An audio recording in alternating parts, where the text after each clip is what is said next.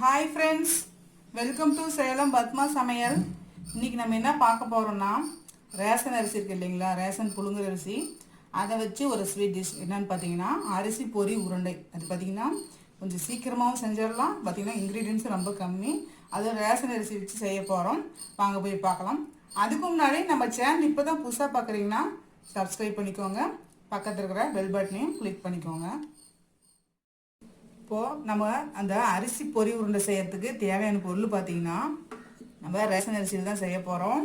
பாருங்கள், இந்த ரேஷன் அரிசி வந்து கொஞ்சம் நல்லதாக பார்த்து எடுத்துக்கோங்க. ஏன்னா ஒவ்வொரு டைம் பார்த்திங்கன்னா நல்ல அரிசி போட மாட்டாங்க. அப்படி எடுத்துகிட்டு அதில் பார்த்திங்கன்னா கருப்பு அரிசி, நெல் அந்த மாதிரிலாம் இருக்கும். அதெல்லாம் எல்லாம் எடுத்துகிட்டு நல்லா ஒரு கிளாத் வச்சு நல்லா தொடச்சிருங்க. ஏன்னா நம்ம வந்து அப்படியே தான் செய்ய போகிறோம், கழுவு போகிறது கிடையாது. அதனால் மேக்ஸிமம் வந்து நல்லா தொடச்சிட்டு இந்த மாதிரி கொஞ்சம் நல்லதாக ஒரு கப் அளவுக்கு எடுத்து வச்சுருக்கேன்.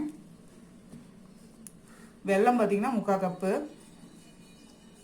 தேங்காய் துருவல் 1 கப் அளவுக்கு நான் வந்து கொஞ்சம் வந்து தட்டில் எடுத்து வச்சுருக்கேன். இது வந்து நம்ம அந்த உருண்டை பிடிச்சிட்டு அதுக்கு மேலே போடுறதுக்கு கொஞ்சமாக வந்து ஏலக்காய் பொடி.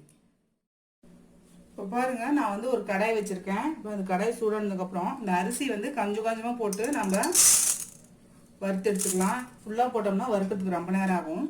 இந்த மாதிரி கொஞ்சமாக போட்டோம்னா சீக்கிரம் பொரிஞ்சிக்கும். ஆனால் இந்த ரேஷன் அரிசி ரொம்ப சத்து அதிகங்க. இந்த மாதிரி வந்து நம்ம குழந்தைங்களாம் செஞ்சு கொடுத்தோம்னா கொஞ்சம் ஸ்நாக்ஸ் மாதிரியும் இருக்கும், கொஞ்சம் சத்தான சேர்த்த மாதிரியும் இருக்கும்.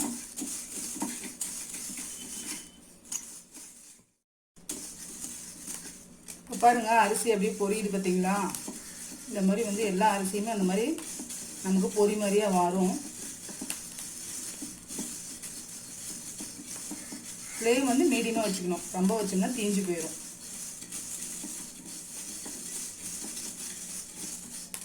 பாருங்கள், இந்த அரிசியெல்லாம் பொரிஞ்சிருச்சு. இதை தனியாக நம்ம எடுத்து பிளேட்டில் கொட்டிக்கிட்டு எல்லா அரிசியும் இந்த மாதிரி வறுத்து எடுத்துக்கலாம். இப்போ அரிசி பாருங்கள் நல்லா வந்து ஆறிடுச்சு. ஆறினதுக்கப்புறம் நம்ம மிக்சியில் போட்டு அரைச்சி எடுத்துக்கலாம். ரொம்ப நைஸாக மாவு மாதிரி அரைக்கூடாது, ஓரளவு கொஞ்சம் குறப்பாக அரைச்சி எடுத்துக்கலாம். இப்போ பாருங்கள், நம்ம வந்து அரைச்சி எடுத்துகிட்டு வந்துட்டோம். இந்த மாதிரி பார்த்திங்கன்னா ரவா மாதிரி அரைச்சிக்கணும். ரொம்ப நைஸாக இருக்கக்கூடாது, ஒரு மாதிரி திரியாக இருக்குது பார்த்திங்களா. இந்த மாதிரி அரைச்சி தனியாக எடுத்து வச்சுக்கலாம். இப்போ பாருங்கள், நான் மறுபடியும் கடாயை வச்சுருக்கேன். நம்ம இந்த வெல்லத்தை வந்து கரைச்சி எடுத்துக்கலாம். ஏன்னா அதில் வந்து பார்த்திங்கன்னா கல் மண்ணெலாம் இருக்கும். இப்போது அதில் ஒரு 1/2 கப் அளவுக்கு தண்ணி ஊற்றிக்கலாம்.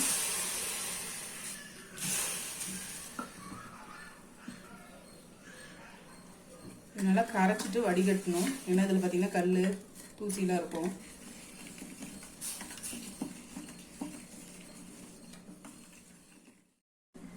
இப்போ வெல்லம் பாருங்கள் எல்லாம் கரைஞ்சிருச்சு. இது நம்ம அப்படியே தனியாக வச்சுக்கலாம். அப்புறம் வடிகட்டி ஊற்றிக்கலாம். இப்போ பாருங்கள், நான் ஒரு பேனில் வந்து 1 கப் அரிசிக்கு 3 கப் அளவுக்கு தண்ணி ஊற்றி வச்சுருக்கேன். தண்ணி கொதிக்கணும்.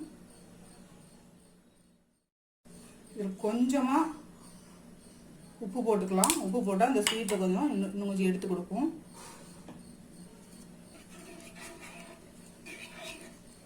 தண்ணி நல்லா கொதிக்க ஆரம்பிக்கிட்டோம். இப்போ பாருங்கள், தண்ணி நல்லா கொதிக்க ஆரம்பிச்சிச்சு. இப்போ நம்ம இந்த அரைச்ச அரிசி குருணையை போட்டுக்கலாம்.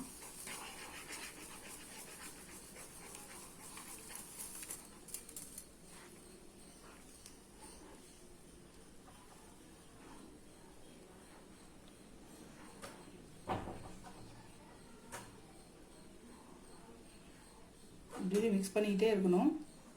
நான் கட்டி பிடிச்சிக்குவோம்.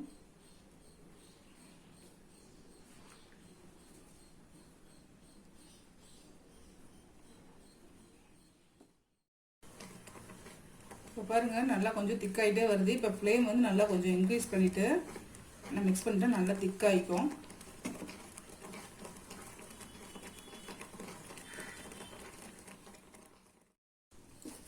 இப்போ பாருங்கள், எல்லாமே வந்து நல்லா திக்காயிடுச்சு. இப்போ வந்து நம்ம இந்த கரைச்சி வச்ச வெல்லத்தை ஊற்றிக்கலாம். வடிகட்டி ஊற்றிக்கலாம்.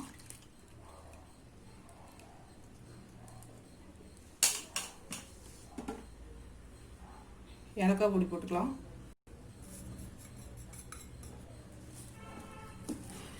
இது நல்லா கலந்து விட்டுக்கலாம்.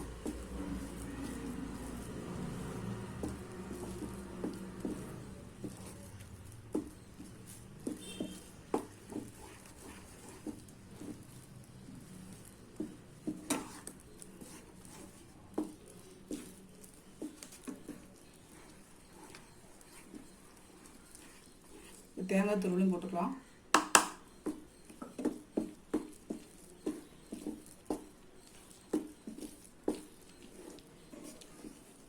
இது திக்காகணும், அந்த அளவுக்கு நம்ம மிக்ஸ் பண்ணிக்கணும். அப்படியே இப்போ பாருங்கள் நல்லா வந்து திக்காயிடுச்சு. இது மாதிரி எல்லாம் பார்த்திங்கன்னா சைடில் ஒட்டாமல் சேர்ந்தாப்பில் வரணும்.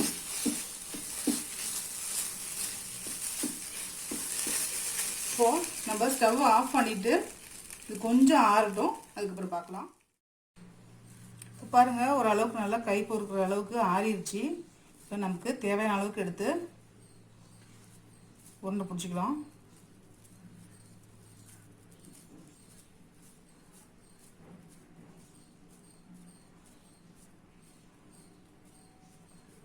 இப்போது தேங்காய் துருவல் கொஞ்சம் எடுத்து வச்சுருக்கோம் இல்லைங்களா, அதில் போட்டு